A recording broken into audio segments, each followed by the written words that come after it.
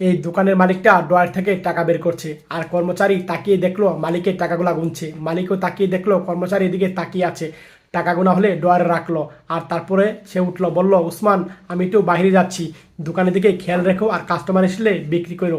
এভাবেই কথা বললো। আর তারপরে মালিক দোকান থেকে চলে গেল। আর কাস্টমার আসলো, যার যার মতো করে শপিং করছিল। আর তখন এক ভাই বললো, ভাই আলী কোথায়? বলল, স্যার তো বাইরে গেছে, আপনি একটু ফোন দিয়ে দেখেন স্যার কোথায়। আর তখন ফোন দিয়ে বললো, আলী কোথায়? আমি তোমার শপিংয়ে আছি। আর তখন এই আলী ভাই বলল, আমি তো আসছি, আপনি দাঁড়ান। আর তখন এই কথা বললে আসলো। আর তখন এসে এই মালিকটা আবার কেসে বসলো। আর তখন কেসে বসে তখন বলল, আপনি শপিং করেছেন? আর ডোয়ারটা খুললো, দেখে টাকা নাই। আর তখন সে তার কর্মচারী ডাকলো, যে বলল, উসমান, এদিকে আসো তুমি। এইভাবে কথা বললো, হ্যাঁ মালিক আসছি। আর তখন একটা থাবর মারলো, কিচ্ছু বলার সুযোগ দিল না। মালিক, কি হয়েছে, কি অপরাধ আমার? বললো, এখান থেকে টাকা নিয়েছো কেন? টাকা কোথায়? তুমি এক্ষুনি আমার শপিং থেকে বের হয়ে যাবা। এইভাবে কথা বলছে।